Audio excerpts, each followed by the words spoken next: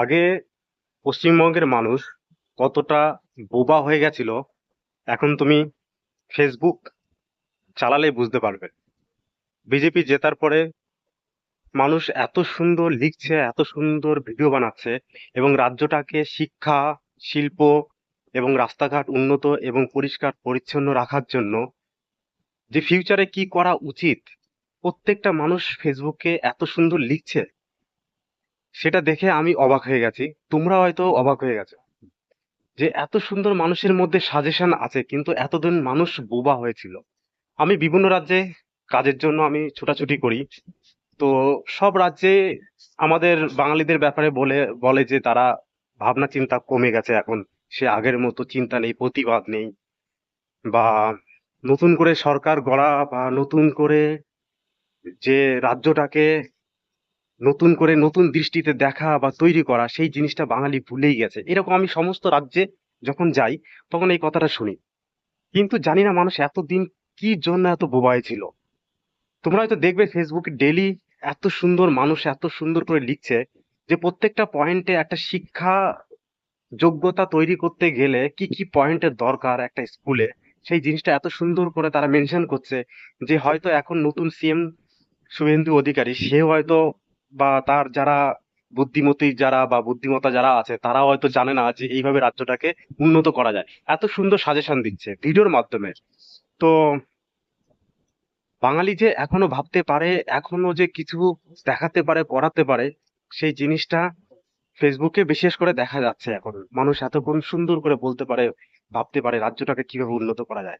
এই যে সাহসটা বা এই যে যে সমাজের মাঝে যে কথাগুলো তুলে ধরছে, এর জন্য যদি আমাদের নতুন সরকার যদি তার তার 50% যদি মেনে চলে বা করে থাকে, আমাদের রাজ্য আগে যেরকম ইকোনমির দিক থেকে হোক, শিক্ষাগত দিক থেকে হোক, যেরকম এগিয়ে গেছিল, এখনো সেই একইভাবে আগাবে। আমার যতদূর মতামত। তোমরা হয়তো তোমাদের সাজেশনও অনেক জায়গাতে রেখেছো, কিন্তু এর আগে রাখতে পারোনি। এটাই সব থেকে আমাদের বড় খারাপ লাগতো, যে আমরা অনেক কিছু ভেবেও আমাদের কোনো সাজেশন রাখতে পারতাম না। হয়তো কারো অসুবিধা হতো, বা পাড়ার একটা ভয়ের ব্যাপার থাকতো, বা হয়তো ভাবতো যে আমি সাজেশন দিয়ে, আমার মূল্যবান সাজেশন দিয়ে আমি কি করব। আমার মূল্যবান সাজেশন আমি যে দেব, তার তো কোনো মূল্যহীন হয়ে যাবে, যে এমন মানুষকে আমি সাজেশনটা করছি। তো খুবই ভালো লাগছে এখন, কিন্তু জানি না কতদূর কি হবে। কারণ কোনো পার্টিকেই অন্ধের মতো বিশ্বাস করাটা ঠিক না, যতক্ষণ না সে কাজ করে দেখায়। আশাবাদী আমরা, আশা করব। তার জন্য কিন্তু আরেকটা জিনিস, যে বাংলার মানুষ এখন অনেক বোঝে। কাউকেই সেই আগের মতো 10 বছর 15 বছর রাখার মতো সময় এদের আর আগামীকালেও থাকবে না।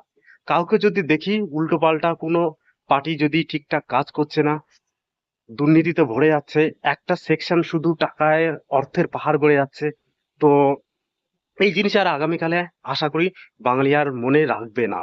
কারো উল্টোপাল্টা দেখলে, হ্যাঁ 5 বছরে পার্টি বদল করতে হবে, ভাই করতে হবে, পার্টি বদল করতে হবে। তো সেই কারণেই বলছি যে আমাদের ভাবনা চিন্তা যেমন এগিয়ে যাচ্ছে, সবাই পোস্ট করো যে কিভাবে সরকারও ফলো করে।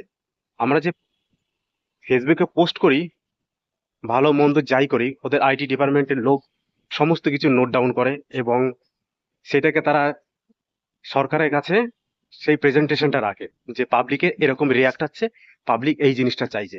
সেখান থেকে যদি 50%ও করে, অনেক অনেক আমাদের রাজ্যটা অনেকটা এগিয়ে যাবে। যেমন সারা ইন্ডিয়াতে বেঙ্গল রাজত্ব করতো, সেটাই করবে। থ্যাংক ইউ, ধন্যবাদ।